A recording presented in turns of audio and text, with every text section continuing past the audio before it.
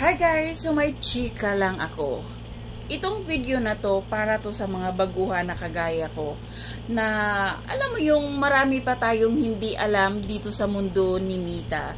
Ako, di ko talaga alam. Honestly, hindi ko talaga siya alam. Kung hindi nangyari sa akin, na experience ko, hindi ko siya malalaman. So, i-share ko siya para, syempre, sa mga baguhan na kagaya ko, para aware din sila, malaman nila na ay bawal pala yun.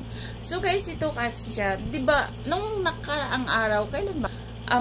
Nadapa kasi yung asawa ko. So nung nadapa siya, nagkasugat siya, so mayroong lumabas. Alam niyo na kung ano yung lumabas na kulay pula. Di natin siya pwedeng banggitin kasi bawal din.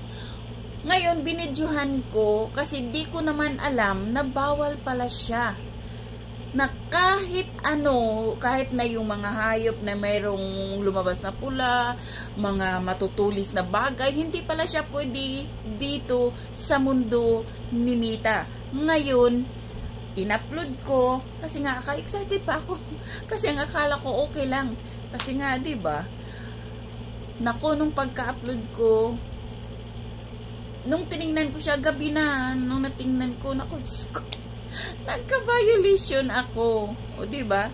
Nung araw na yun, nakatatlo si Mita sa akin.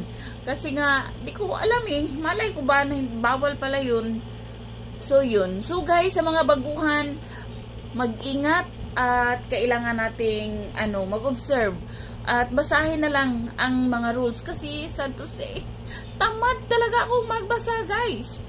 Ewan ko, tamad ako magbasa kasi nanunusbleed ako. Tiyah! Nanunusbleed yan yun. Lahat ng sasabihin natin dito sa mundo ni Mita, lahat ng i-upload natin, kailangang alam natin at kailangang doon talaga sa rules ni Mita, doon talaga magbasa kayo, ugaliin yung magbasa kasi doon andun lahat. Yun nga eh, 'di ba? Di ako nagbasa kaya sige, go lang. Upload lang ng upload. Yun pala bawal. O 'di ba? The best. Nagka-violation si Manay Gina. Oh, sana all. So yun lang guys. Thank you for watching at sa mga bago, mag-ingat lang talaga. Maging mapagmatsyag, maugaliing magbasa. So yun lang guys. Thank you for watching. Bye. God bless everyone.